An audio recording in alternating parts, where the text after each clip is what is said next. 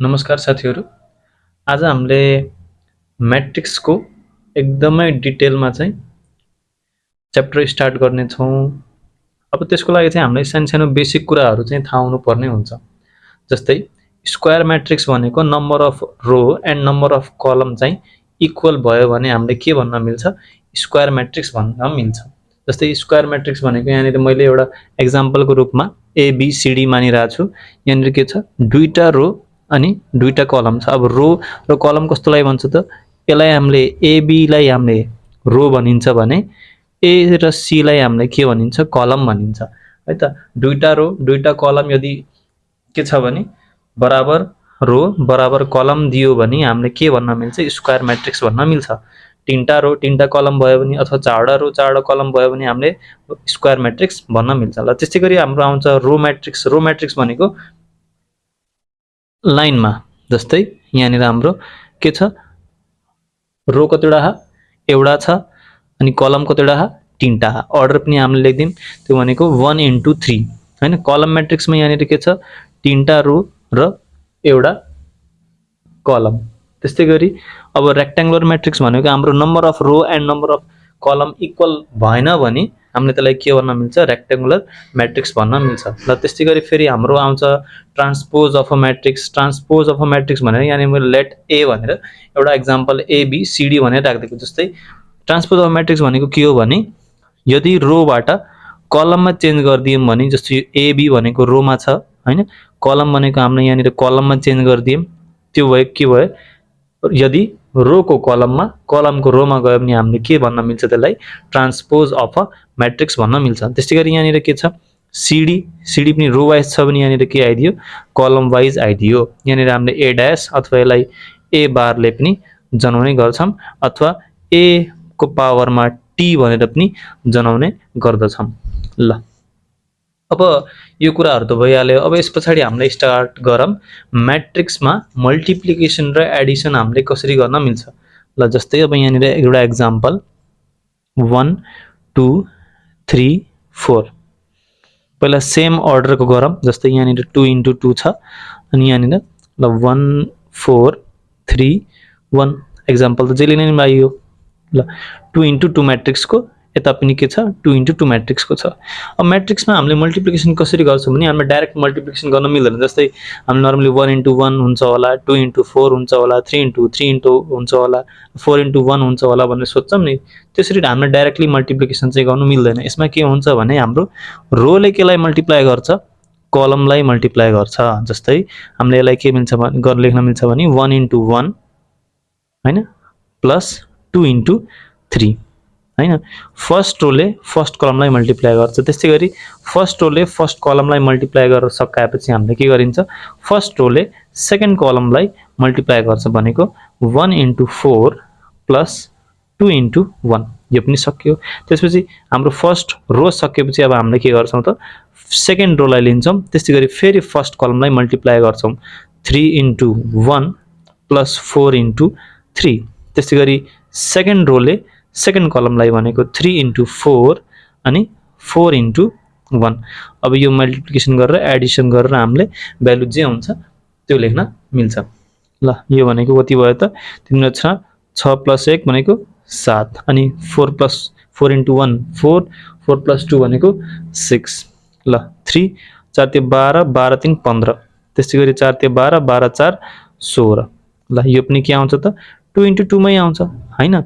यदि अब यो त हामीले के कुरा गरिरहेका छौं भने मैट्रिक्स मल्टिप्लिकेसनमा सेम अर्डर भनेको हाम्रो रो र कलम सेम सेम। जस्तै यहाँनिर यहाँ पनि के छ, 2 into 2 को अर्डर छ, यहाँ पनि के छ 2 into 2 अर्डरकोमा हामीले हेरिरहेका छौं। यदि फरक भयो भने चाहिँ त्यो केस हामीले पछि गर्ने छौं नर्मल। अब एडिसन र सबट्र्याक्सन हेरौं। ल अब एडिसनमा हाम्रो ए बी सी डी अनि प्लस अथवा माइनस होला ई एफ जी एच। अब यो केसमा चाहिँ हाम्रो के छ भने डाइरेक्टली एडिसन अथवा सबट्र्याक्सन गर्न मिल्छ। A plus minus E, B plus minus F, अनि सी प्लस माइनस जी, अनि डी प्लस माइनस एच। ल यति नै हो। अब यसपछि हामीले के कुरा गरौँ भने मैट्रिक्स मल्टिप्लिकेसनमा यदि सेम अर्डर अथवा सेम अर्डरमा हाम्रो भएन भने हामीले कसरी गर्न मिल्छ। ल मैट्रिक्स मल्टिप्लिकेसन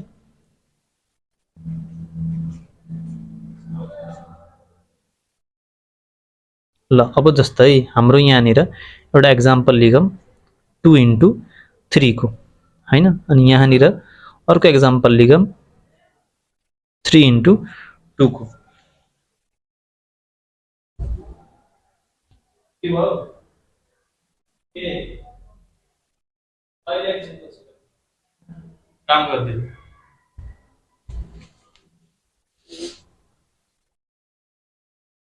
ल। यो भनेको दुईटा रो तीनटा कलम, दुईटा रो यहाँनिर 1 2 3 4 5 6 दुईटा रो भयो अनि तीनटा कलम भयो। अब यहाँनिर के छ तीनटा रो दुईटा कलम, जस्तै 1 2 3 4 अनि 5 अनि 6 हैन।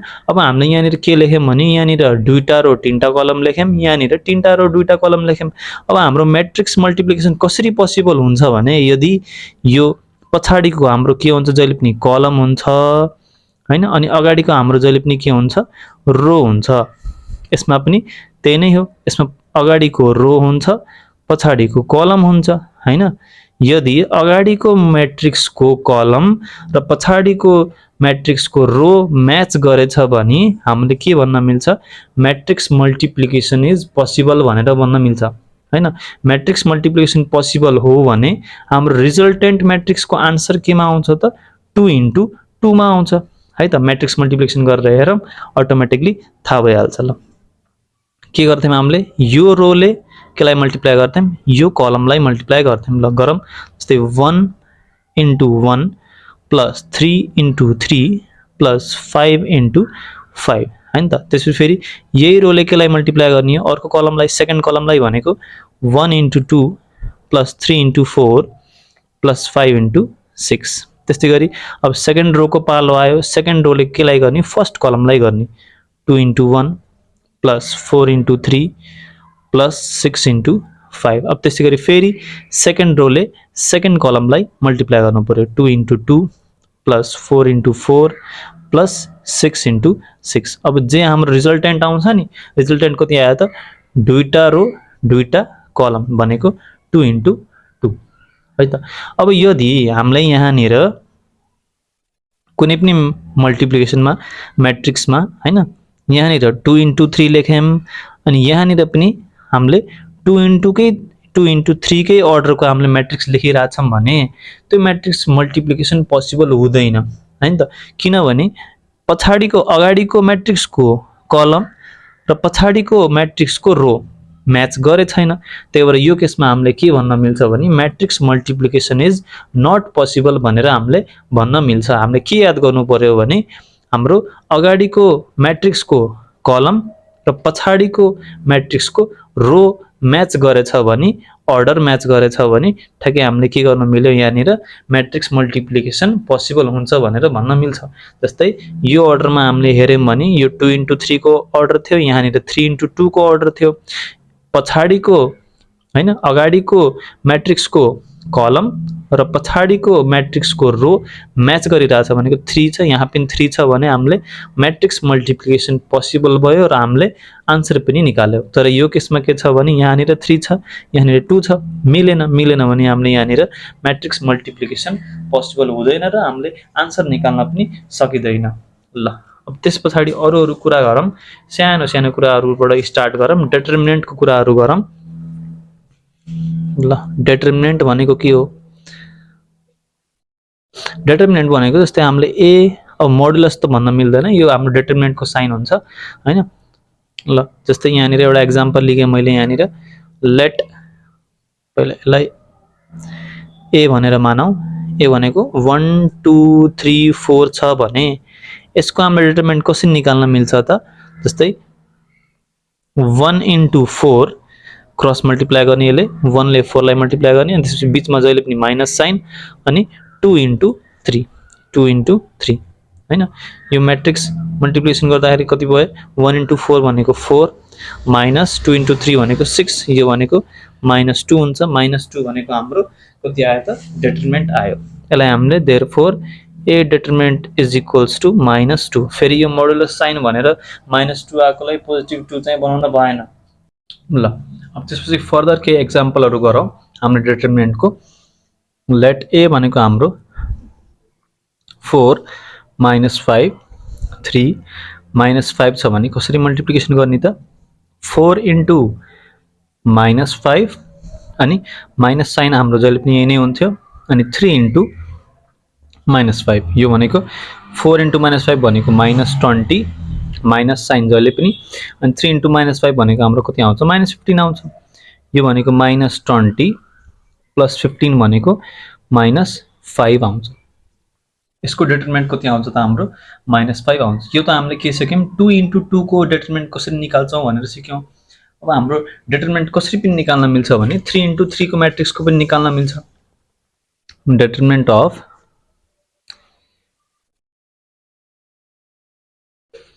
3 इन्टु 3। अब यसको पनि एक्जाम्पल लिगौँ।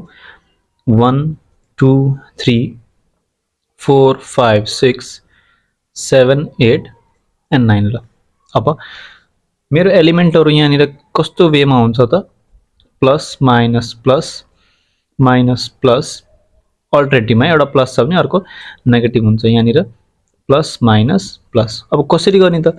मैले 3 इन्टु 3 डिटरमिनेन्टमा रो वाइज पनि एक्सपान्ड गर्न मिल्छ अथवा कलम वाइज पनि एक्सपान्ड गर्न मिल्छ। जस्तै मैले यहाँनिर अब सुरुमा एकदमै सजिलो गरी फर्स्ट के तरिकाले फर्स्ट रोबाट मैले एक्सपान्ड गर्छु।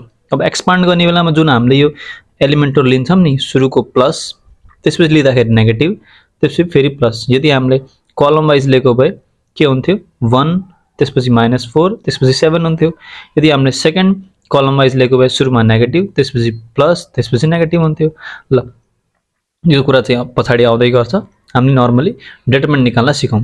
के हुन्छ? 1 मैले यो वाला एलिमेन्ट लिएछु भनेपछि यो रो र यो कलम हामीले काटेर के बच्छ? 5 8 6 9 5 8 6 9 लाई लेखौँ है त।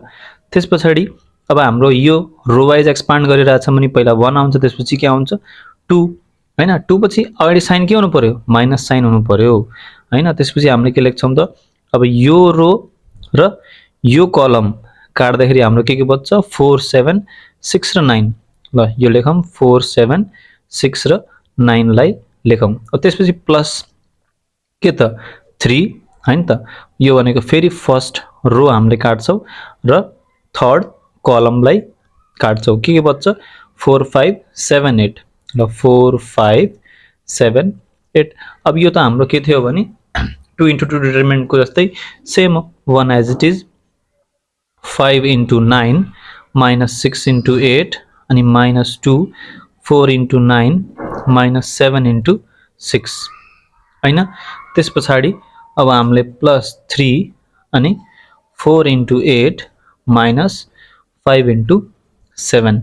त्यस पछाडि 1 9 5 जा 45 8 6 जा 48 -2 9 7 36 7 6 42 +3 8 6 32 -7 5 35 इक्वल्स टु यो भनेको -3 आउँछ हाम्रो। -2 इन्टु -6 अनि +3 इन्टु -3। यो सल्भ गर्दाखेरि हाम्रो कति आउँछ त? -3 + 12 -9। यो भनेको डिटरमिनेन्ट 0 आयो। ल